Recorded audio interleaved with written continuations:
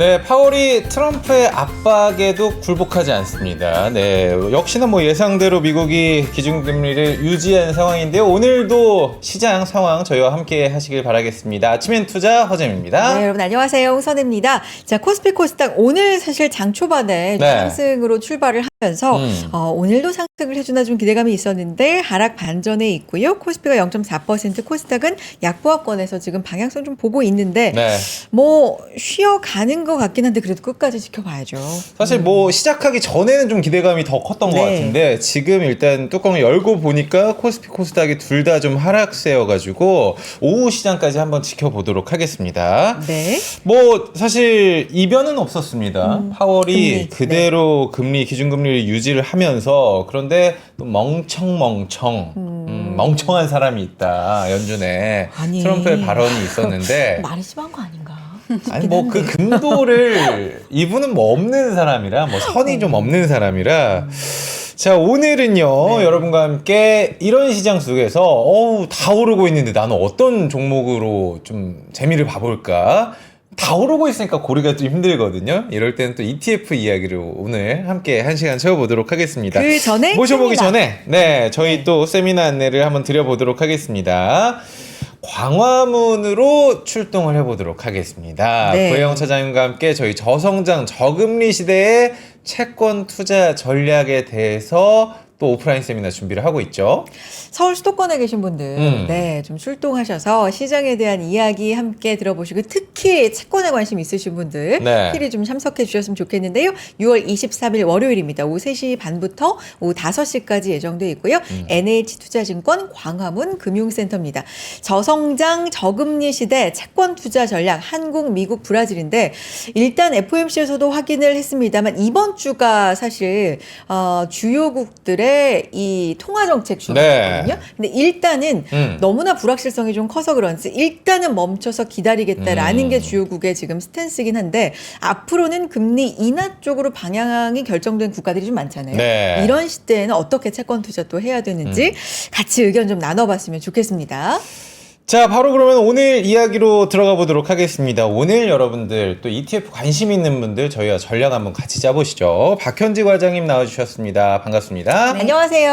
안녕하세요. 네, 반갑습니다. 저희가 그 얘기로 시작했잖아요. FOMC. 네. 멍충 이제 이렇게 해줬습니다. 너무 그래도 파월 의장한테 너무 독립기관에 진짜 연준의 의장인데 말이 너무 심한 거 아닌가 이제 했는데 말넘심. 이렇게 풋 하셨어요. 좀 FOMC 어떻게 보셨어요? 그 얘기를 좀 시작해 볼까요? 네. 네. 일단은 FOMC는 네. 뭐 그 전월과 크게 다른 멘트는 없었고요. 그렇죠. 근데 이제 뭐 예상했던 대로 관세 여파로 인해서 경기 둔화 예상된다. 근데 뭐 금리 인하 하반기 9월 달부터 인하 시작될 일단 시장은 9월로 좀 보고 있는 것 같아요. 9월 정도 보고 네. 있고요. 원래는 한 두세 번 정도로 얘기를 했었는데 맞아요. 인하 시점에 대한 부분이 한 번에서 두 번 정도로 약간 축소되는 양상은 나타나긴 하지만 기본적으로는 어찌됐든 하반기에 무조건 금리 인하한다. 그리고 미국 증시가 가는데 뭐 금리 인하에 대한 기대감이 어느 정도 반영이 될 여지가 계속해서 남아 있다. 그렇게 보시면 되는데 관세 여파로 인한 실질적인 하드 데이터들이 꺾이는 그런 시점들은 아직까지는 두드러지게 나타나고 있는 건 없다. 네. 뭐 이런 부분 정도로 코멘트를 하셨습니다. 박현지 과장님 많은 분들께서 지금 반가워해주고 계시는데 네. 오늘 또 여러 착장이 과외쌤 같다 뭐 이런 반응도 아유. 지금 있으시고 우리 선혜 씨도 네. 잘 가르치는 과외 선생님 닮았어요. 저요? 네. 실제로 잘 가르쳤습니까? 가르쳤었어요. 아, 예전에 또 과외를 그러니까. 하셨다고. 아우, 나도 배웠으면 서울대 갔을 걸이라는 생각을 하면서 저 오늘 ETF에 대해서 네. 제가 우리 현지 과장님 나오신다고 하니까 궁금한 게 많거든요. 네. 좀 제가 세세하게 여쭤봐도 대본에 없지만 네. 네, 괜찮죠. 일단 6월 4일 기준으로 한국 ETF 시장 23년 만에 200조 규모를 돌파를 했습니다. 5월 말 기준으로 상품 숫자가 980여 개가 넘는다고 하고 뭐 곧 1000개 시대가 열린다고 하는데 왜 이렇게 좀 빨리 성장을 했나? 뭐 그 원인이 있을까요? 일단은 기본적으로 제가 일전에 한번 나왔을 때도 말씀드렸는데 이제 2020년도 코로나가 터진 그 기점으로 네. 해서 미국 주식 시장에 대한 관심이 폭발적으로 늘면서 관련된 미국 시장을 중심으로 만들어졌던 해외 ETF들의 개수가 늘어나면서 이런 부분이 실질적으로 국내 ETF 시장 활황에 기여를 했다라고 볼 수 있습니다. 실질적으로 그래서 결국에는 코로나가 그런 시점을 당긴 그런 원인이지 않았을까 이렇게 보고 있습니다.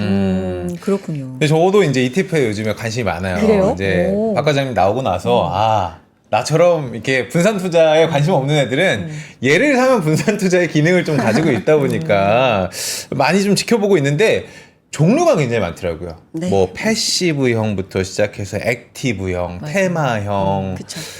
ETF도 이렇게 종류가 많구나. 간략하게 좀 이런 뭐 어떻게 우리가 생각을 해야 되는지 설명을 좀 부탁드려도 될까요? 네네. 일단은 기본적으로 ETF는 기초 자산 지수라는 게 있는데 이게 주식이 될 수도 있고 채권이 될 수도 있고 원자재가 될 수도 있는데 네. 그런 형태에서 현물을 팔로우하는 애들이 있고 퓨처라고 하는 선물을 따라가는 애들도 있고 네.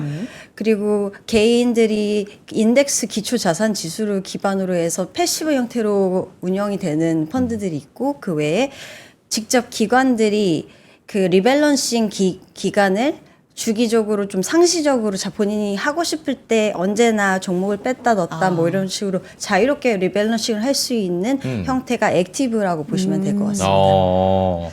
그 정도로도 이제 대략적으로는 이해가 그러니까요. 조금씩 따라갈 수 있을 것 같은데 네. 그러면 요즘에 저처럼 이제 많은 분들이 ETF에 관심을 갖고 있으니까 우리나라 그리고 미국 동향을 한번 자료 어차피 가져오셨으니까 네. 살펴주시면서 이야기해 보도록 하겠습니다. 볼까요? 네. 일단 뭐부터 볼까요? 국내 시장부터 국내부터 한번 먼저. 볼까요? 네. 네. 일단은 국내랑 미국 ETF 시장 중심으로 제가 정리를 이렇게 해봤는데 네. 국내랑 미국이랑 조금 차이점들이 있어요. 그게 뭐냐면 국내 ETF 시장 같은 경우는 해외 ETF를 중심으로 신규 출시되는 것들이 굉장히 많습니다. 신규가. 네. 여기 보시면 차이나 테크, 차이나 휴머로이드 로봇부터 시작해서 네. 테슬라 고정테크, 팔란티어, 브로드컴 밸류체인 액티브 등등 이제 신규 출시되는 ETF들은 대부분 좀 해외형들이 좀 많습니다. 근데 이제 실질적으로 구매하는 것들도 보면 해외 비중이 좀 더 높고요. 근데 뭐 그래도 지수형 기반으로 운영되는 인덱스형 뭐 코스피라든가 뭐 S&P 뭐 나스닥 이런 것들 비중이 가장 큰데 5월 동안의 동향을 좀 보시면 K 배당 주주테마 가치 ETF들로의 자금 유입이 확산된 부분 확인하실 수 있습니다. 여기 보면 지주회사 고배당 뭐 주주 환원 ETF 이런 네. 쪽으로의 유입 자금이 확대됐던 모습들이 5월 확인되고 있고요. 그 외에는 뭐 미국 지수형 ETF 매수세는 뭐 늘 있었던 대로 많았고 그 외에는 뭐 간간한 테마 중심으로 좀 유입이 됐다. 뭐 원자력이라든가 뭐 요런 원전 뭐 방산 요런 쪽으로 좀 유입이 확대됐던 양상이 나타났다. 이렇게 보실 수 있겠습니다. 아무래도 국내 시장 분위기가 좀 좋았으니까 그쵸. 같이 좀 좋았다. 그쵸, 이렇게 그쵸. 읽을 수 있을까요? 네네. 지수를 어느 정도 따라가는 네. 부분도 있기 때문에 네. 이 영향이 갈 수밖에 없는 거고요. 근데 미국 같은 경우를 좀 살펴보시면 네. 국내와는 조금 다른 부분은 요 선진국 EFA라고 하는 선진국형과 그 URTH라고 하는 월드형 ETF로의 유입이 좀 확대된 모습들이 나타나요. 이게 뭐냐면 유동성 장세로 인해서 미국으로 일정 부분 쏠렸던 자금들이 선진국이나 월드 쪽으로 좀 분산되는 그 유입 효과가 좀 나타나고 있는 부분이 확인되고요.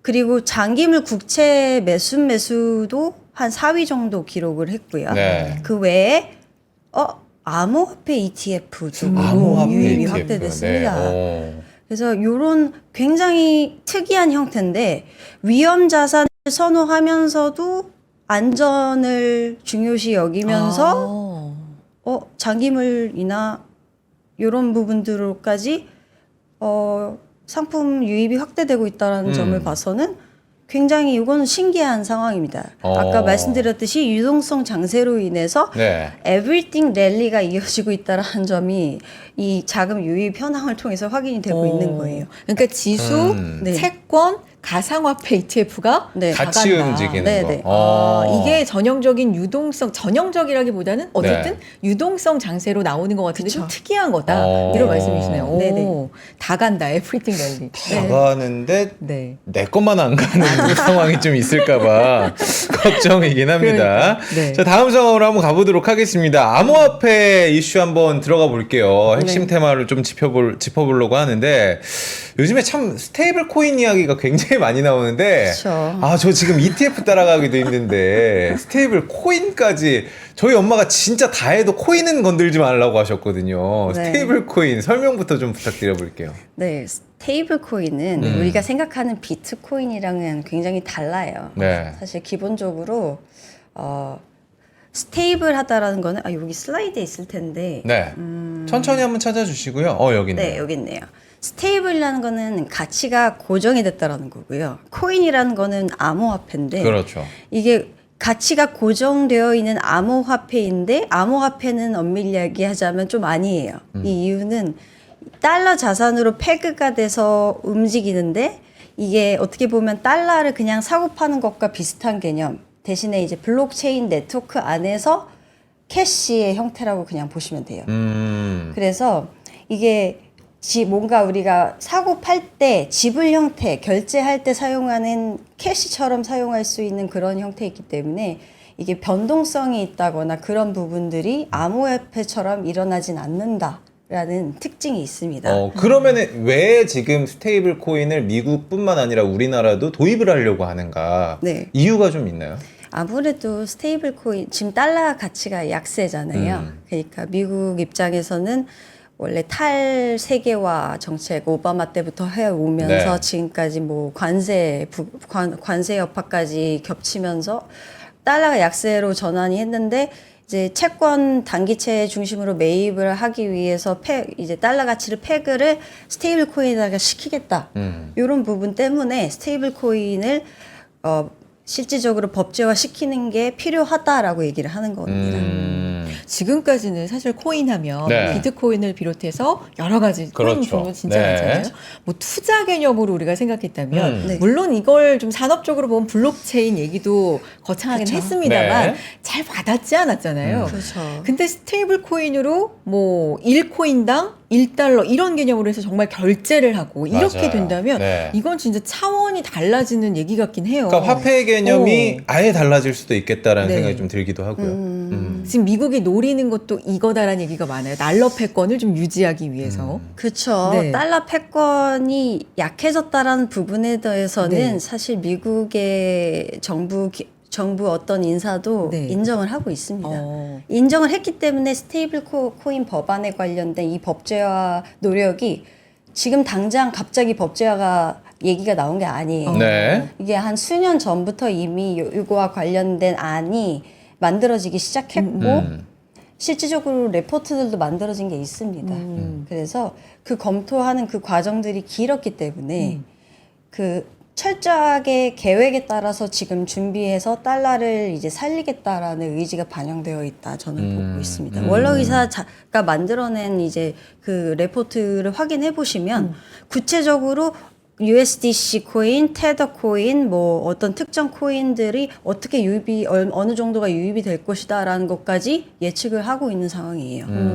그 부분까지 안내가 되어 있기 때문에 이건 철저한 계산이 된 그러한 행보다 저는 이렇게 보고 있습니다. 근데 조금 어렵지만 그러면은 법안 이야기를 어차피 지금 장표를 가져오셨으니까 네. 지금 스테이블 코인 관련해 가지고 상원에서 통과가 된 법안이 지니어스라고 불리는 법안이잖아요. 그쵸. 저기 어떤 내용들이 있는지만 설명을 좀 부탁드릴게요. 쉽게 얘기해서 이런 스테이블 코인 규정을 어떻게 가져갈지 규제 이거를 제한을 해야 될 거잖아요. 아무래도 막 그냥 규정이나 스탠다드가 없이 운영이 되면 안 되니까 어떻게 운영을 할 거고 1달러의 일가치를 팩을 시켜서 그 준비금을 무조건 현금 형태로 준비를 하게 의무화를 시키는 부분이 가장 중요하고 그리고 이걸 감독을 하는 그 체계를 확립을 정확하게 시키겠다라는 그 의지도 굉장히 뚜렷하게 반영이 되어 있습니다. 어떻게 보면 제도화시키는 기본적인 그쵸. 법안이라고 할 수 있을 거고 네네. 그게 이제 상원에서 통과가 된 거고 그렇죠. 절차가- 하원에서도 또 네. 네, 해야 되고. 네, 절차가 남아있긴 네네. 하지만 어쨌든 되는 쪽으로 지금 미국은 방향성을 가져가고 있는 거예요. 거의 저는 그냥 된다라고 생각하고 있습니다. 8월까지 아마 이게 마무리가 될 확률이 높은데 여름 휴회 앞두고 있어서 그 전까지는 뭐 어떻게든 통과를 시키려고 하지 않을까 싶습니다. 이거 보면서 이제 네. 주식 관련 커뮤니티라든지 게시판에서는 관련주들 막 맞아요. 서클이라든지 이런 것들 네. 지금 타도 안 늦었다 막 이런 이미 많이 글들이 올랐지만. 많이 올랐지만 아. 이제 시작이다. 여기 상원 통과됐으니까 네. 법안들 계속 통과될 것이고. 근데 과장님 예. 지금 이랬어요. 어. 이거 뭔가 증가하면 안 다른 되죠? 의견이세요? 증가하면 안 되죠? 그냥 ETF로 접근하시는 게 좋은데 사실 우리나라에서는 현물 ETF로 살 수 있는 게 코인 관련돼서도 사실 없잖아요. 그러니까요. 그러니까 네. 사실 지금 조금 기다려야 되는 부분일 수도 있어요. 국내에서는 아직까지. 국내에서는? 네. 그렇군요. 계속 좀 가볼까요? 네. 이슈 지금 스테이블 코인 가봤습니다. 음. 어쨌든 지수도 움직이고 코인 관련된 것도 움직이고 네. 채권도 움직이는 ETF의 좀 특이한 상황이었다. 에브리띵 릴리다. 그 중에 하나로 이슈 스테이블 코인이었고 다음 네. 뭐가 볼까요? 다음은 저희가 네. 중동 이슈가 있습니다. 중동 이슈. 네. 이런 부분은 어쨌든 변수로 지금 나온 부분이긴 한데 시장에서 미국의 지금 참전 근데 이 깊이가 어느 정도가 될 것인가 강도가 어느 정도 될 것인가 좀 그렇죠. 숨죽여서 네. 보고 있는 상황이긴 한데 이게 시장의 영향에 대해서 어떻게 보고 계세요, 과장님? 일단은 지금 이란과 이스라엘 관계는 옛날부터 안 좋았고요. 낭숙이었죠. 네. 계속 안 좋아지다가 이제 이란이 조금 이제 약간의 뭐랄까 서로 티격태격하는 그 과정에서 이렇게 일시적으로 이런 원유 급등과 비롯한 이런 불안정한 상황이 이어졌다라고 저는 생각을 해요. 네. 이제 미국 참전 가능성을 얘기했다라는 거는 이 전쟁에서 이스라엘이 분명 이길 거라고 확신을 하고 사실 참전을 하겠다는 거거든요. 그러니까 어떻게 보면 이미 네. 관여는 한 거고 네. 네. 지금 그 관여 정도를 어느 정도로 우리가 그렇죠. 봐야 되는지 미군이 보고 투입이 있는 거네. 되는지. 그러니까요. 네. 네. 네. 뭐 아예 지하의 핵시설을 지금 폭파하는 뭐 전략 이런 것까지 나오고 있기 때문에 네. 뭐 이 정도 되면은 시장의 충격은 좀 불가피하지 않을까라는 의견도 있고요. 이런 건 좀 변수지 않겠습니까? 그게 과장님? 변수인데 사실 그 가장 중요한 거는 저는 네. 더 여기 호르무즈 해협 봉쇄 아. 가능성이라고 보고 있어요. 결국에는 원유죠. 네, 원유 가격이 100달러 이상까지 급등을 하는 그 사태가 벌어지게 되면 이 증시에 영향이 가서 안 좋아질 수는 있겠지만 그 전에 한 7, 80달러 정도 선에서 왔다 갔다 하는 수준이면 사실 지금 정도. 네. 증시에 이게 영향을 크게 줄 만한 그 장기적인 요소라고 보진 않고 오히려 단기 요소다라고 보고 있는 거고요. 오히려 원유 기업들 입장에서는 단기적으로는 좋죠. BEP가 한 50달러 정도 선이라고 보는데 보통 BEP 위로 계속 올라가 있으면 더 좋은 거고요. 그리고 실질적인 정유 채굴 업체들보다는 사실 그 정제 시설들이 더 수혜를 볼 수 있는 부분들이 더 있어서 지금은 뭐 나쁘지 않고요. 오히려 나쁘지 않다고 생각을 합니다. 그리고 금 같은 경우는 요 사태 때문에 오히려 계속 사상 최고치에 근접해 있는 상황이고 그렇죠. 은도 네. 잘 가요. 은은 이제 따라가니까. 최근에는 진짜 그쵸, 금보다는 은이 네. 더 상승폭은 좀 이게 좋았던 변동성이 것 더 크니까 은이 그렇죠. 기본적으로 더 네. 갈 수밖에 없고 금이 또 못 가면 그 자금들이 은으로 이동을 해서 또 매수가 들어가다 보니까 변동성이 더 커지는 측면도 있어서 오히려 이런 원자재 쪽에도 나쁠 상황은 아니다라고 저는 보고 있어서 단기적으로 이 이슈가 더 심화만 안 된다면 사실 증시에는 나쁠 요인은 아니다 이렇게 보고 있습니다. 근데 사실 이제 금 같은 경우에는 우리 개인이 투자하기가 좀 힘들다 보니까 금을 따라가는 ETF 많이 사시더라고요. 그쵸. 그쪽 시장의 규모는 좀 어때요? 일단은 크고요. 크긴 큰데 뭐 사실 그 개수가 그렇게 많지가 않아요. 현물 ETF 대표적인 게 GLD라는 게 있고 그리고 금 채굴 기업 관련된 ETF가 미국에 한 2개 정도가 있는데 네. 하나가 GDX라는 게 있고 다른 하나 갑자기 생각이 안 나는데 뭐 채굴 기업 ETF가 있는데 네. 금 자산 자체가 전체 시장에서 차지하고 있는 자산 비중에 그래도 어느 정도 되잖아요. 그러니까 이게 사이즈가 뭐 지수만큼은 아니지만 그래도 어느 정도 크다. 이렇게 보시면 될 것 같습니다.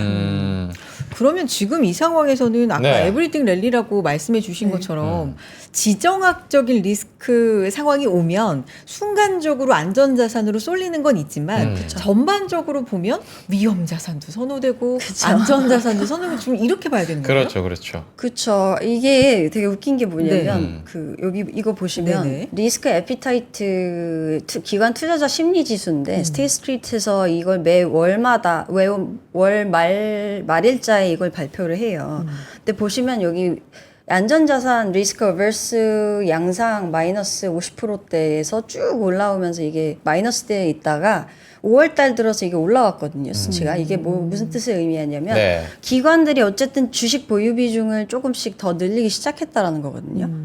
이런 부분을 봐서도 어쨌든 안전자산이 중요한 해 보이는데 금리 인하 앞두고 약간 이러면서 리스크 시킹으로 다시 넘어가는 그런 양상도 같이 보이고 있다라는 거거든요. 그러니까 올라갈수록 주식을 더 선호하는 현상인 거죠. 그렇죠. 네. 그래서 결국에는 이게 주식을 계속 사는 양상이 나타나고 있기 때문에 미국 지수도 사실 연초 한 상반기 1분기 때 못 갔잖아요. 근데 이제 갑자기 4월 넘어서면서 5월부터 올라가기 시작을 하면서 지금은 조금 쉬어가고 있지만 그래도 우상향하는 양상이 하반기까지 지속될 것으로 보는 가장 큰 이유는 이런 기관들이 매수하는 시점이 사실 조금 늦었어요, 타이밍이.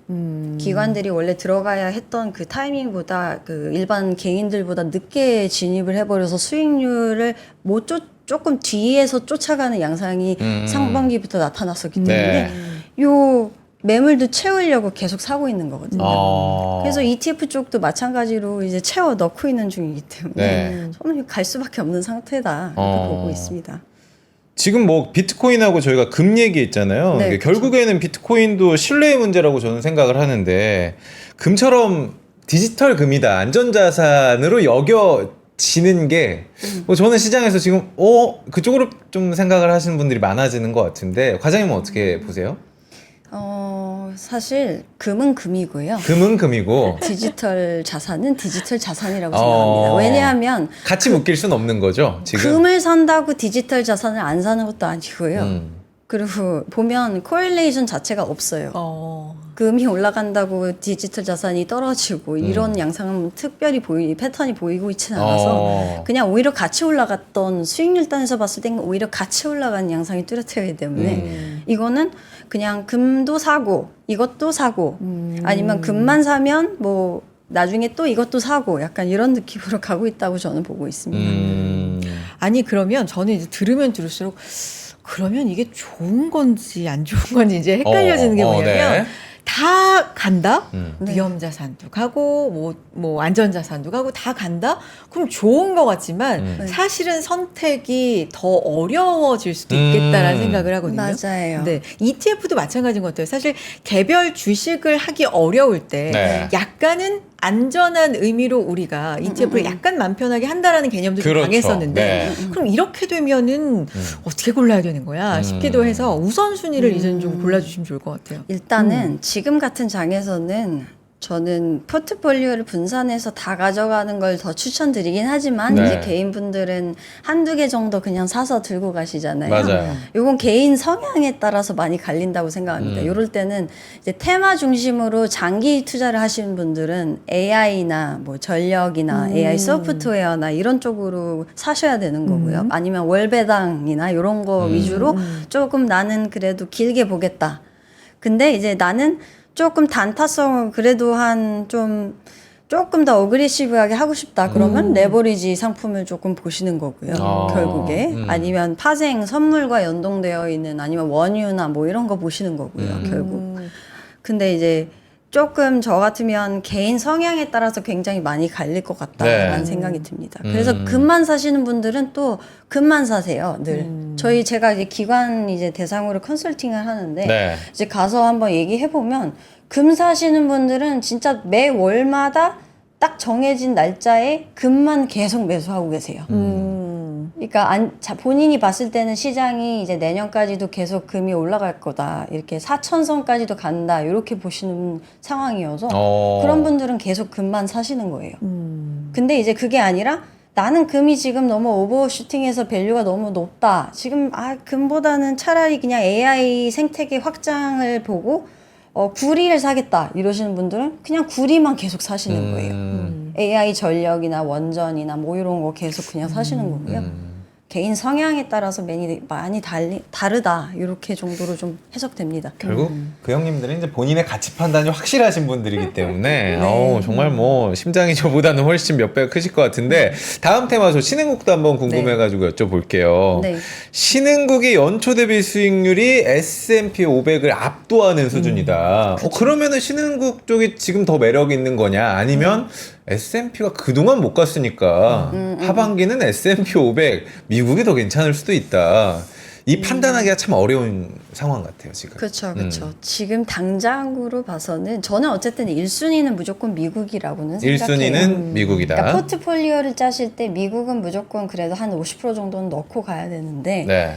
근데 나머지 50%를 뭘로 채우냐의 문제인데 그거를 저는 과거에는 신흥국이나 이런 타 국가 지역을 안 담았다면 지금은 좀 담아야 될 시점이다. 특히나 신흥국 쪽이 오히려 독일이나 선진국 쪽이 상반기에 조금 더 세게 갔던 부분이 이제 지금 연초 수익률로 봐서는 신흥국 쪽이 되게 잘 가고 있거든요. 네. 특히나 홍콩이랑 우리나라가 굉장히 잘 가고 있습니다. 맞아요. 인도도 잘 갔는데 지금 한 달간 조금 주춤해서 마이너스 수익률 기록하고 있고요. 근데 홍콩이 요 3개월 동안은 좀 못 가고 있어요. 여기 차트 보시면 항생 테크 쪽 보시면 이렇게 내려가고 있고 3개월 동안 네. 우리나라는 쭉 올라가고 있잖아요.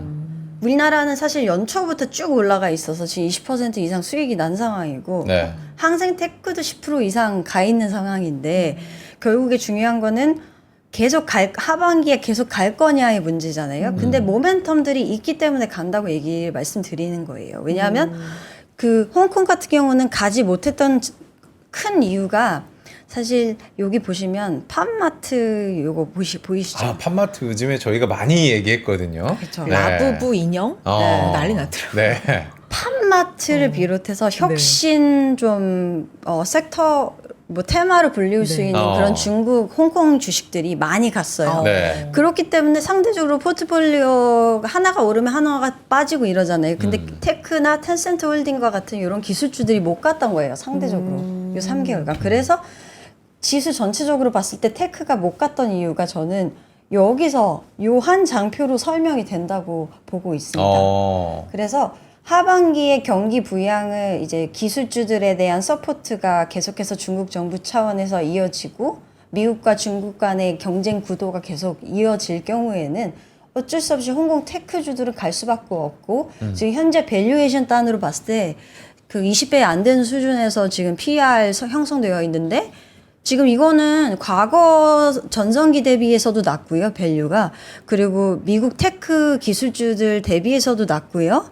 그 밸류 자체로 봐서는 접근을 충분히 할 수 있는 그런 수준이다. 이렇게 보고 있어서 홍콩은 지금 조금 3개월 동안 좀 지지부진하긴 하지만 그래도 간다. 이렇게 보고 있는 거고 한국 같은 경우도 이제 상법 개정이 계속해서 진행이 되고 있는 가운데 구체적으로 뭔가 나온 건 없지만 어쨌든 정부의 이제 자본시장 개혁에 대한 그런 의지나 이 방향성 자체가 꺾이고 있지 않기 그렇죠. 때문에 네. 지속이 될 수밖에 없다라는 차원에서 결국에는 주가가 간다. 그래서 policy backed 주가 상승이 기대된다. 이렇게 보고 있습니다. 네. 우리의 어쨌든 뭐 약간 늦어지는 감 이런 거에 대한 우려도 있지만 네. 이 방향성 자체는 꺾이지 않는다. 네, 간다라는 기대감은 여전히 있을 것이다. 계속해서. 오늘이 선혜 씨 2차 추경이 국무회의에서 통과가 되는 날이거든요. 그러니까 시장 관점에서 봤을 때 이런 얘기도 들리더라고요. 일단은 돈이 좀 풀리니까 네. 어게인 2020이다. 2020년이다. 이게 당장에 이제 우리 소비 심리나 내수에 또 좋은 영향으로 다가올 수 있지 않냐. 이게 또 ETF나 우리 시장에도 훈풍을 불어주지 않을까라는 기대감 때문에도 사실 랠리가 저는 이어졌다고 생각을 하는데 당장 이게 돈이 풀린다 괜찮은 거 아닙니까? 실제로 집행이 되면. 좋긴 네. 좋죠. 풀리는데 나쁠 건 없죠. 근데 이제 제가 좀 우려하는 부분 네. 중에 하나는 지금 너무 올라 있잖아요. 증시가 좀 국내 증시 같은 경우가 좀 과열되어 있는 과열된 양상이기 양상이 때문에 있다. 지금 당장 코리아 당장 들어가라 이렇게는 솔직히 조금 말씀드리긴 힘들어요.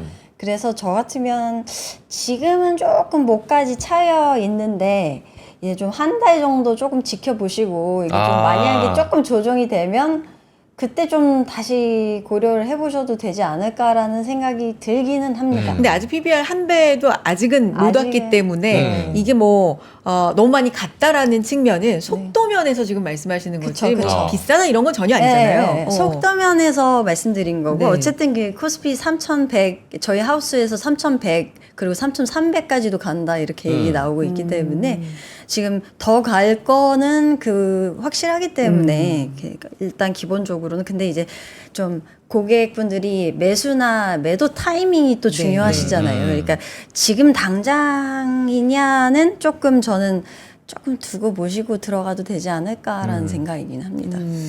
이게 뭐 우리가 예측할 수 없는 부분이었지만 저는 분명히 빠르다고는 생각을 했었고 그게 또 과열이 걱정된다고 하신 전문가분들이 계셨기 때문에 건강한 조정이란 뭘까를 저는 아직 모르겠지만 외부 변수로 인해서 지금 사실 3천을 금방 넘지 않는 것이 오히려 좀 다행일 수도 있겠다라는 생각도 들긴 하거든요. 그렇죠. 이 횡보 기간이 어느 정도 갈지는 모르겠지만 한번 오늘 시장도 한번 지켜보도록 하고 저희가 2부에 또 많은 자료들이 준비가 돼 있으니까 잠깐만 목만 축이고 우리 과장님 목만 축이고 돌아오도록 하겠습니다. 여러분 어디 가지 마시고요. 광고 잠깐 듣고 오도록 하겠습니다. 광고 타임. 와, 멋있다. 부러운가? 기본기 연습과 스트로크 훈련에 1532시간을 투자해 갖게 된 리듬이다. 나의 드럼도 나의 자산도 투자로 키운다. 나는 투자한다. 나는 성장한다. NH투자증권. 네, 아침엔 투자 함께하고 계십니다. 오늘 박효준 과장님과 함께 ETF 알아보고 있는 상황인데 사실 앞서서 우리가 이제 시장을 표현할 때 그런 뜻으로 말씀드린 게 아닌데 이 미묘한 단어에 우리가 사실 좀 조심해야 되잖아요. 그렇죠. 이 과열이라는 게 너무 많이 올랐다. 우리 그만 가네. 이런 얘기가 아니라 아니죠. 예. 속도 면에서 약간 이제 그래도 우리가 빠르게 여기까지 올라왔으니까 뭐 이런 부분에서의 약간의 조정 뭐 이런 걸 말씀을 드린 거니까. 그렇죠. 네. 오해 없이 우리 다 더 같이 가야죠. 여러분 우리 다 같이 두 손 잡고 올라가야 됩니다. 네. 오늘도 사실은 그래도 견조합니다. 코스피가 0.3% 하락. 그래도 계속해서 10포인트 정도 지금 하락. 2,960선 지금 나와 있는 상황이고요. 코스닥은 그래도 약보합권 상승 반전하려는 시도도 하고 있는 상황이에요. 779선에 지금 위치해 있는데 자, ETF 얘기 좀 더 구체적으로 이어가 보도록 하겠습니다. 앞서서 뭐 암호화폐 얘기도 해봤고 여러 가지 핫한 이슈들 살펴봤잖아요. 이제 구체적인 유망 ETF 좀 제시해 주시면 좋겠어요. 네, 과장님 알려주고 가세요. 알려주세요. 네. 첫 번째 테마 우리 암호화폐부터 들어가 볼까요? 네. 자료 가져오셨으니까. 자료 일단은 볼게요. 띄워주실 거예요. 네. 일단은 사실 네. 국내에는 암호화폐나 이런 관련된 ETF 투자할 만한 데가 마땅히 없어요. 그래서 이게 제가 확인을 한 바를 말씀드리면 운용사 매니저분이 그러시더라고요. 암호화폐와 관련된 ETF 자체를 만들지를 못한다. 왜냐하면 금감원에서 이 부분을 아직까지는 허용하고 있지 않다. 그래서 코인베이스라는 그 단어가 들어가기만 해도 일단은 제재가 걸려버린다. 규제가 있군요. 네. 그렇기 때문에 그러면 우리가 눈을 돌려야 되는 부분은 역시 해외 시장으로밖에 눈을 돌릴 수가 없고요. 결국에는 그러면 다 할 수 있느냐? 그것도 아닙니다. 사실 IBIT나 이더리움 현물 ETF는 우리가 살 수가 없고 오히려 요 BNOK라고 하는 이 메타플래닛부터 이런 코인 관련주들이 들어가 있는 ETF만 살 수가 있습니다. 뭔가 이제 여기서부터 좀 어려운. 그러니까. 네네. 약간 전문 용어가 생소하고. 좀 나오는 네네. 것 조금 같기도 더 하고. 쉽게. 네네. 네. 과장님. 그래서 계속 설명 부탁드려요. 네. 이게 코인 관련주들이 보통 어떤 의미를 하면 네. 이게 기본적으로 코인을 많이 들고 있는 업체들이 아. 들어가 있고요. 네. 그 외에는 코인을 거래를 할 수 있는 플랫폼을 지니고 있는 로빈후드 같은 업체가 또 들어가 있는 거고요. 네. 그 외에 코인베이스, 우리가 다 아는 코인베이스가 네. 또 들어가 있는 아. 거고요. 그 외에는 뭐 약간 코인을 갖고 기본적으로 사업을 구축을 하고 있거나 아니면 메타버스를 구축하고 있는 로블록스 같은 이러한 업체가 들어가 있다라고 생각하시면 돼요. 그래서 이제 직접적으로 현물 비트코인에 투자를 한다기보다는 좀 간접적으로 투자를 할 수 있는 그런 ETF라고 좀 보시면 되고 주식형이라고 보시면 됩니다. 결국에는 뭐 많은 분들이 코인하는 분들이 관심 있는 비트코인이라든지 네. 리플이라든지 뭐 이더리움이라든지 이런 친구들을 추종하는 건 아니고 그쵸. 우리가 살 수 있는 거는 관련된 회사들. 그렇죠. 아 조금 재미가 없긴 하네요. 그럼. 재미가 없죠. 근데 이제 현재 옵션상으로는 할 수 있는 게 요거랑 하나가 더 있긴 한데 네. 여기다간 제가 안 넣어놓은 이유는 이제 비토라고 하는 BITO라고 하는 선물형 이제 비트코인 선물형 ETF가 있는데 그거는 현물 가격을 그대로 따라가지가 않다 보니까 네. 오차율이 발생해서 고객 입장에서는 조금 메리트가 저는 조금 떨어지는 것 같아서 차라리 그것보다는 BLOK 같은 게 더 매력적인 이유는 이제 급등했었던 메타플래닛 같은 요런 일본에 상장되어 있는 비트코인을 많이 들고 있는 업체들을 이제 포함되어 있기 때문에 차라리 이런 애들을 하는 게 조금 더 그나마 우리가 갖고 있는 옵션 중에 하나다 이렇게 보고 있는 거고요. 우리나라 그렇다고 해서 코인 관련된 주, 스테이블 코인 관련된 주로 카카오를 사기에는 아직까지는 조금 좀 불확실한 부분들이 좀 많잖아요. 그러니까 차라리 그것보다는 이런 친구들 사는 게 나을 것 같다. 요 정도인 거고요. 오늘 카카오가 10% 네. 오르긴 해서. 그쵸. 근데 네. 카카오를 걱정해 주시는데 저희 밖에 있는 우리 PD님은 카카오 가야 돼 지금 이런 거. 아니 많은 분들이 그러십니다. 네. 근데 어쨌든 네. 요것도 관점의 차이고 음. 본인의 판단의 차이겠지만 어쨌든 관련돼서 ETF 쪽으로 하고 싶은데 기업 쪽으로밖에는 지금 없다 보니까 네. 이것도 누군가한테는 재미가 없다 아까 표현해 주셨지만 맞아요. 네. 누군가한테는 약간은 조금 더 완충 역할 안전하다 뭐 이렇게 판단할 수도 있는 거니까. 근데 네. 이거 보시면 차트 보시면 사실 수익률 단에서 보시면 재미없지만 수익률로 벌써 한 45% 올라가 있어요. 50% 가까이 올라가 재밌네. 있어요. 수익률은 재밌네. 재밌네. 아, 그쵸. 뭘 재미가 재밌네. 사실 그래서 어. 사실 그 앞단에 말씀드렸던 이런 주식들 있잖아요. 메타플래닛이나 요 마이크로 스트래테지라고 하는 MSTR 같은 그런 종목들은 수익률이 200% 300% 가까이 거의 어마어마합니다. 그렇기 때문에 이 보시면 차트 보시면 이게 재미없다고 말하기는 그러니까. 조금 무리가 있지 않을까. 맞아. 어.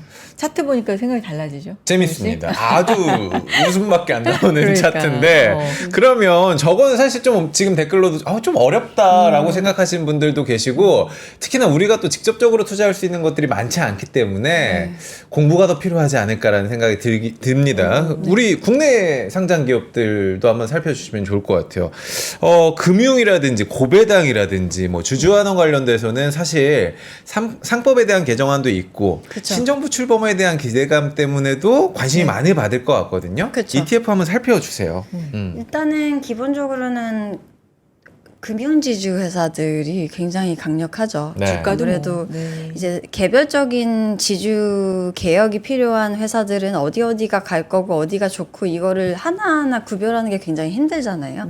근데 금융지주 회사들은 되게 명쾌하거든요. 비교적. 그래서 금융지주 플러스 고배당이라든가 플러스 고배당주 이러한 애들로 타깃을 하시면 좀 좋은 게 특히나 플러스 고배당 ETF 같은 경우는 월배당입니다. 네. 그래서 이런 친구들은 좀 그래도 수익률 단에서 보셔도 이렇고요. 연초 대비. 그리고 메리트가 이미 많이 올랐다고 생각하시는 분들도 있는데 우리나라 지수 자체가 많이 올라 있는 네, 상황이어서 사실 지금 기업 단에서 봤을 때 많이 안 오른 지주 회사들이 별로 없어요. 그래서 근데 이제 월배당으로 꾸준하게 내 아들 딸들 그냥 월급 뭐 이게 약간 용돈벌이 하기 위해서 용도로 좀 사용한다 하면 플러스 고배당 이런 것들 빠질 때마다 이제 개별적으로 분할해서 조금씩 계속 사는 거 적립식 형태로 하는 것도 저는 좋겠다라는 생각입니다. 지금 갖고 오신 이 종류 좀 설명을 해주시면 어떤 게 주로 있는 거예요? 이게 뭐 차이점들이 있어요? 요 차이점들은 에이스 주주 환원 네. 가치주 액티브 같은 경우는 네. 금융회사들 아닌 애들이 많이 들어가 있고요. 타이거도 금융회사 아닌 것들이 섞여 있고 네. 그리고 왼쪽에 두 개만 이제 금융지주 중심으로 들어가 있고 고배당은 금융 중심으로 들어가 있네요. 네네. 증권사나 금융지주 위주로 들어가 있고 그 오른쪽 두 개 같은 경우는 좀 지배구조 개편이 필요한 회사들로 좀 구성되어 있는 ETF들이다. 그리고 배당을 좀 많이 그래도 그 중에서 줄 법한 지주회사들이나 이런 기업들로 구성이 되어 있다라고 보시면 돼요. 저희 회사에서 영업무역 이제 좀 푸시하고 있는데 네. 이런 기업들이 여기 보면 그 구성 종목 1위로 들어가 있는 10% 넘게 들어가 있네요. 네. 그래서 에이스 주주 환원 가치주 액티브 같은 경우도 이제 수익률 단에서 많이 올라가 있어요.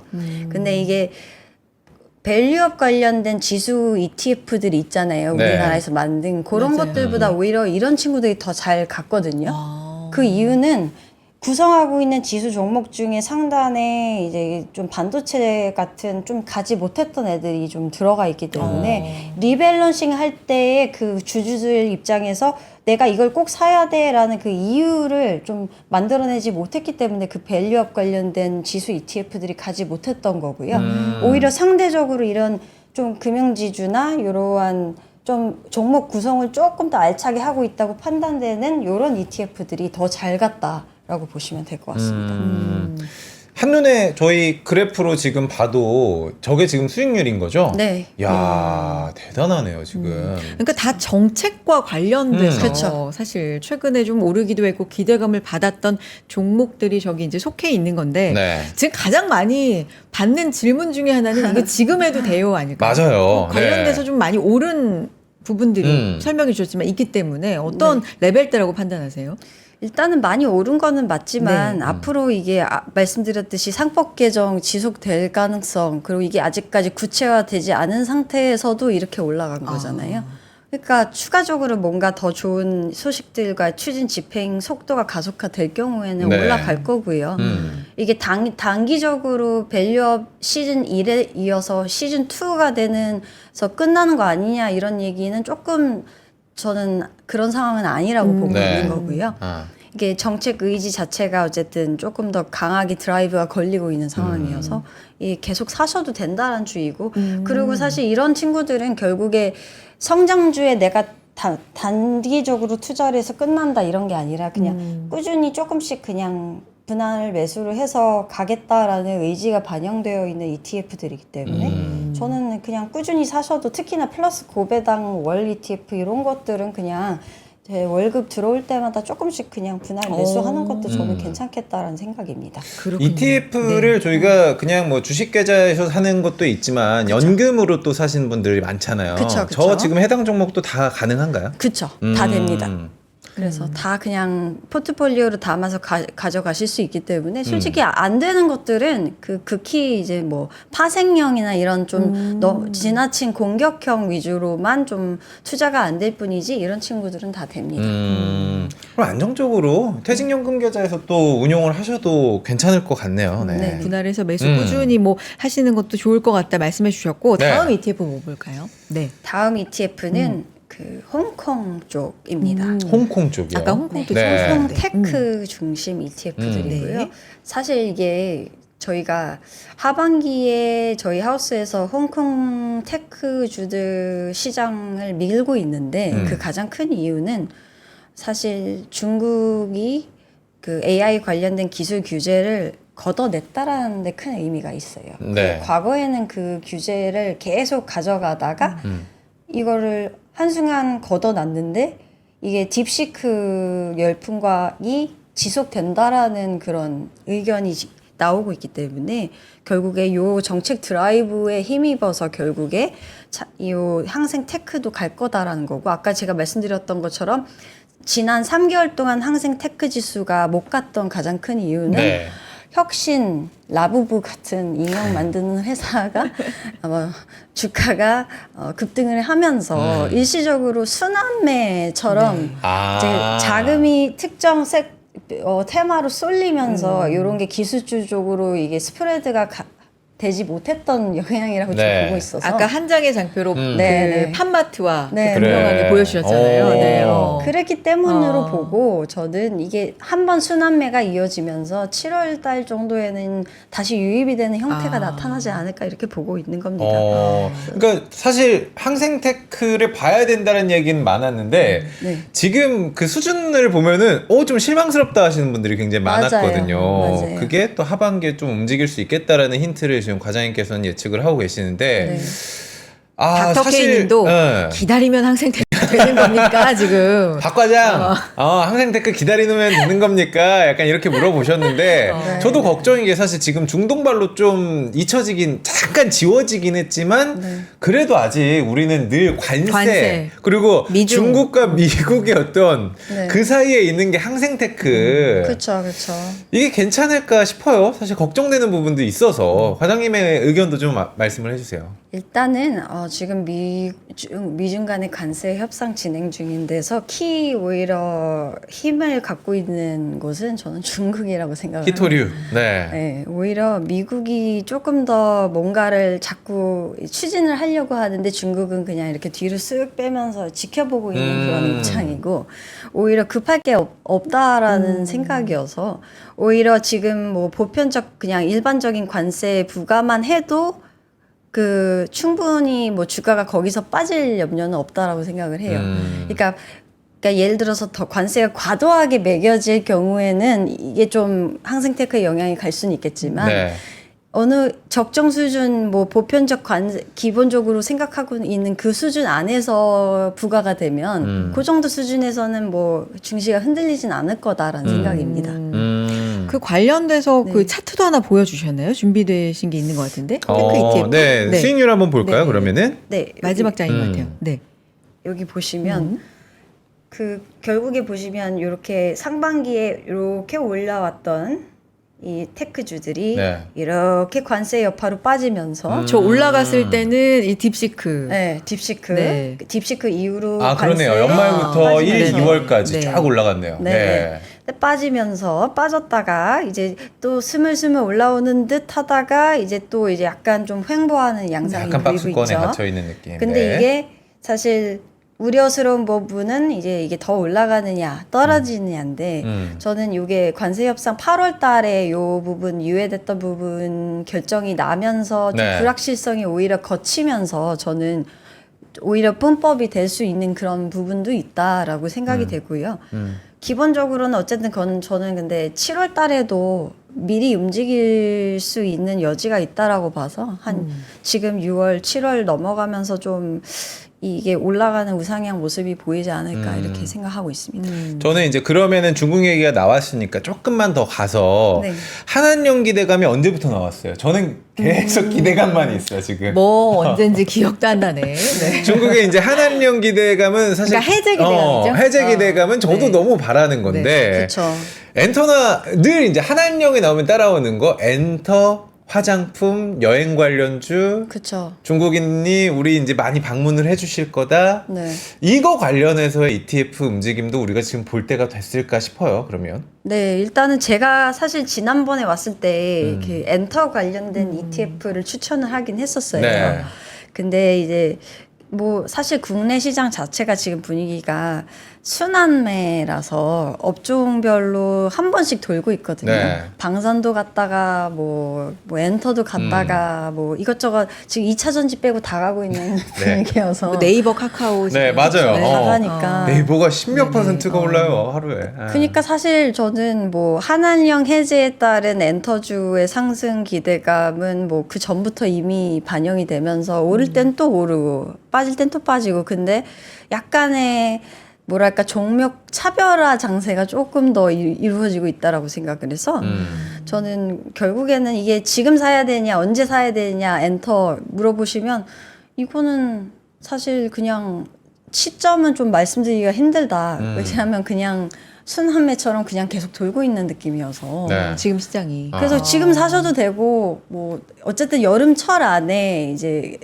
이 하반기 안에 아티스트들 회복 이제 복귀하잖아요. 네네네. 그러면서 이 수치적으로 실적이 개선되는 그런 모습들이 찍히는 그 시점부터 계속 주가가 오르겠죠. 그런데 그 전부터 이미 움직이기 시작한 시점이어서 주가는 사실 지금 들어가도 되고 뭐 이후에 조금 들어가도 되고 근데 그 시기적으로는 별로 그렇게 중요하다고 보지는 않습니다. 지금 순환매 말씀해 주셨으니까 네. 이제 최근에 또 정책 기대감도 상당히 기대를 많이 받고 그렇죠. 있는 상황에서 네. 네이버 같은 경우는 AI 수석, 음. 이제 하정우 수석 뭐 이렇게 대통령실에 이제 합류를 했죠. 그러니까 네이버 네. 센터장으로 있던 분이 이제 합류가 되면서 이런 기대감도 또 있고 실제로 과기정통부가 AI 강국 도약을 위해서 5년간 16조 원 이상 쓰겠다 이런 것도 뭐 하나의 정책 기대감이잖아요. 그러니까 반도체뿐만 아니라 네. 실제 진짜 AI 우리도 AI도 간다 이제 이런 것도 생각해 볼 수 있는지 뭐 ETF도 마찬가지고 어떠세요? 일단은 AI 소프트웨어 쪽이랑 그런 쪽은 AI 반도체 쪽이나 이런 쪽은 네트워크 장비 쪽이나 이런 쪽은 계속 간다라는 주의고요. 기본적으로 단지 이제 이게 약간의 소프트웨어 쪽에서는 사실 우리나라가 그렇게까지는 강국은 아니잖아요. 뭐 늦었다라는 아직까지는. 얘기가 많죠. 네, 사실 네이버가 주가가 그간 조금 그 지지부진했던 눌려 있고, 이유도 기대치에 못 미쳤기 때문에 그랬던 부분들이 있어서 사실 이게 약간 정책 드라이브가 걸리면 물론 오르겠지만 네. 사실 저는 AI 소프트웨어에 투자를 할 거면 사실 미국 쪽으로 좀 눈을 들려서 보는 게 맞지 않을까라는 오히려 조금 더 그 보수적으로 접근을 하면 조금 더 그게 낫다라고 생각하고 우리나라 같은 경우는 저는 오히려 AI 쪽 관련된 반도체나 오히려 SK 하이닉스나 아니면 반도체 장비 설비 장비 쪽 이런 쪽으로 좀 더 접근하는 게 낫지 않을까라는 개인적인 생각이긴 합니다. 이게 뭐 물론 전문가분들 중에서 의견이 좀 다르실 수도 있는데 저는 이제 소프트웨어 단에서는 사실 미국에 너무 많은 기업들이 있다 보니 조금 경쟁하기에는 우리는 내수 중심으로 경쟁을 하잖아요. 근데 미국은 글로벌하게 경쟁을 하는 상황이기 때문에 네이버, 카카오를 해외에서 안 쓰잖아요. 그리고 우리나라에서 규제를 방통 쪽에서 이제 규제를 되게 세게 하고 있는 부분들이 풀리지 않으면 네. 사실 이게 확 AI 소프트웨어 쪽에서 막 엄청나게 폭발적인 성장이 이루어지기는 조금 제한된 부분이 있지 않을까. 좀 많이 규제를 걷어내야지 좀 이게 가능할 것 같아요. 저는. 그러니까 이것도 순환매 네. 일종으로 네, 지금 맞아요. 저는 그렇게 생각합니다. 단기적으로 네. 보는 의견을 갖고 네네. 계신 것 같아요. 그래서 일단 강한 쪽 미국의 AI 소프트 같은 경우는 좀 더 관심을 네, 가져보자. 맞아요. 맞아요. 마지막으로 알겠습니다. 조금 센 걸로 하나 질문 가고 저기 정리 한번 해볼까요? 센 거. 네. 아니 근데 과장이 워낙 또 말씀을 잘하시니까 어제 저희가 네. 박지훈 부장 필두로 구미에 내려가서 아. 2차 전지 오프라인 세미나를 했습니다. 아직 그 뜨거웠던 현장 이야기를 듣진 못했는데 네. 과장님 살짝 약간 피하시는 것 같은데 배터리 이야기로 그러니까 사실 ETF 배터리 2차 전지 때문에 힘들어하신 분들은 많은데 네. 굳이 지금 2차 전지 들어가야 되니 뭐 신규로도 이런 분들도 계시겠지만 이게 정말 바닥을 찍었다라는 이야기가 스멀스멀 들리고 있기 때문에 네. 혹여나 하반기부터 아니면 반등의 기회를 보고 계신 분들이 계시다면 관련된 ETF가 있으면 소개를 좀 해주시고 그리고 뷰도 한번 살짝만 얘기 뭐 비관적이면 비판적으로 좀 바라봐 주셔도 좋고 네. 개인적인 의견을 물어보시면 저는 그렇게 2차 전지에 대한 의견이 그렇게 좋지는 않습니다. 네. 그래서 사실 그리고 미국에서도 2차 전지 쪽으로 밀어주지 않고 있는 미국에서도 분위기고 네.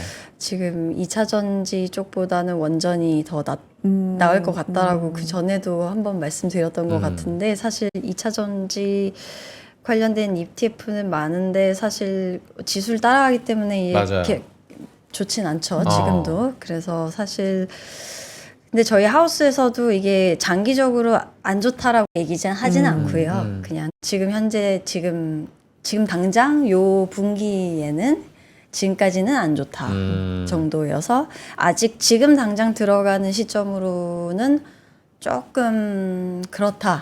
약간 이런 톤인 매너이긴 합니다. 근데 이제 물론 가격단에서 봤을 때는 지금 많이 내려와 있는 그렇죠. 상태여서 뭐 여기 이것보다 더 내려갈까 싶으실 수도 있는데 저는 조금 더 내려갈 수도 있지 않을까. 그럴 수 있다. 네, 그래서 사실 ETF를 별로 추천을 하고 있지는 않아서 뭐 개인 분석이시니까 네네네네. 아까도 좋은 거 있다 이렇게 말씀해 주셨으니까 이왕이면 그렇게 네. 좀 유망하게 분석 나오는 걸로 가자. 오히려 저 같은 경우는 AI 반도체 AI. 쪽에서 네. 그 우리나라 거 중에서 지금 오르지 못한 애들이 네. 있어요. 네, 네, 지금 네. 다 지주사부터 시작해서 다 올라 있는데 유일하게 안 오른 ETF가 있는데 네. 지금 코덱스 쪽에서 AI 반도체 핵심 장비 ETF가 하나 있습니다. 네네네.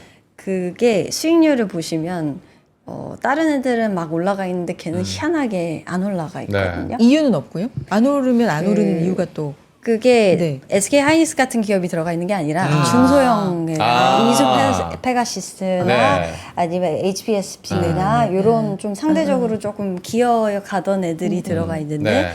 조금 포트폴리오 차원에서 결국에 그 친구들이 가는 그 시기가 또 오지 않을까. 순환매 지금 순환매니까. 딴에서 봤을 때 어. 분명 찬스가 오지 않을까 싶어서 그 고덱스에서 출시한 AI 그 반도체 핵심 장비 ETF 이 뭔가 이름이 되게 많아요. 근데 핵심 장비 ETF라는 게 있어서 그거 네. 한번 보시면 좀 좋지 않을까라는 생각이기도 하고요. 또 하나 저 지금 시점에 제가 막 강력하게 추천을 하거나 뭐 시황단에서 추천하기는 좀 어려운데 네. 그냥 그래도 역발상으로 좀 추천해 볼 만한 ETF를 하나 또 소개해 드리면 네. 오히려 바이오 쪽 바이오 궁금했어요. 바이오가 지금 랠리를 같이 따라가는 느낌은 아니잖아요. 아니죠. 네. 아니기 때문에 오히려 금리 인하 앞두고 그리고 지금 순환매 하면서 이루어지면서 지금 미국에서도 일라일릴리나 이런 기업들이 최근에 조금 올라오고 있거든요. 네. 그래서 미국도 순환매, 한국도 순환매 하면서 이런 부분들이 이게 좀 어차피 지금 유동성은 풍부하니까 한 번씩 돌면서 이게 올라올 찬스들이 있지 않을까 싶어서 국내에 있는 사실 그런 바이오 ETF들도 좋지만 저는 사실 그 미국 거 중에서 IBB 그냥 그런 거 하나 담아가 보거나 국내 거 중에서는 코덱스 거 중에서 바이오 ETF 같은 거 하나 네. 정도 담아 가시면 분명 찬스가 네. 오지 않을까. 좀 기다리면 찬스가 오지 않을까. 지금 당장 오른다는 건 아니에요. 네. 좀 기다려 보시는 것도 좀 좋겠다. 그런 의견입니다. 좀 관심에 두고 지켜볼 만한 것들 또 말씀을 해주셨네요. 오늘 네. 다양한 이야기 함께 했습니다. 과장님 감사드리고 종종 또 나와서 ETF 상황도 좀 말씀해 주시고 좋은 ETF 얘기 좀 함께 나눠봤으면 좋겠습니다. 말씀 감사해요. 감사합니다. 감사합니다.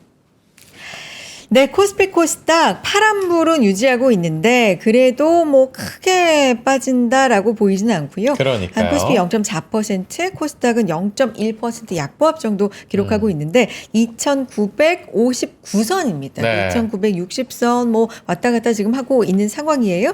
좀 지켜봐야 되겠네요. 네. 계속해서 우리는 3,000 목표치 잡고 움직여 보도록 일단, 하겠습니다. 네. 오늘 밤에, 넘기면 네. 또 5,000 봅니다. 아, 네. 진짜. 그래요. 저는 봅니다. 네. 오늘 밤에 미국 시장은 휴장입니다. 네. 그래도 뭐 미국 쪽에서 중동 관련된 얘기들 이슈 계속 나오고 또 시장에 영향 줄 수 있으니까 네. 이런 부분들은 한번 지켜봐야 되겠고요. 우리 시장 끝까지 함께하면서 내일도 저희 인사드릴게요. 여러분 고맙습니다. 고맙습니다.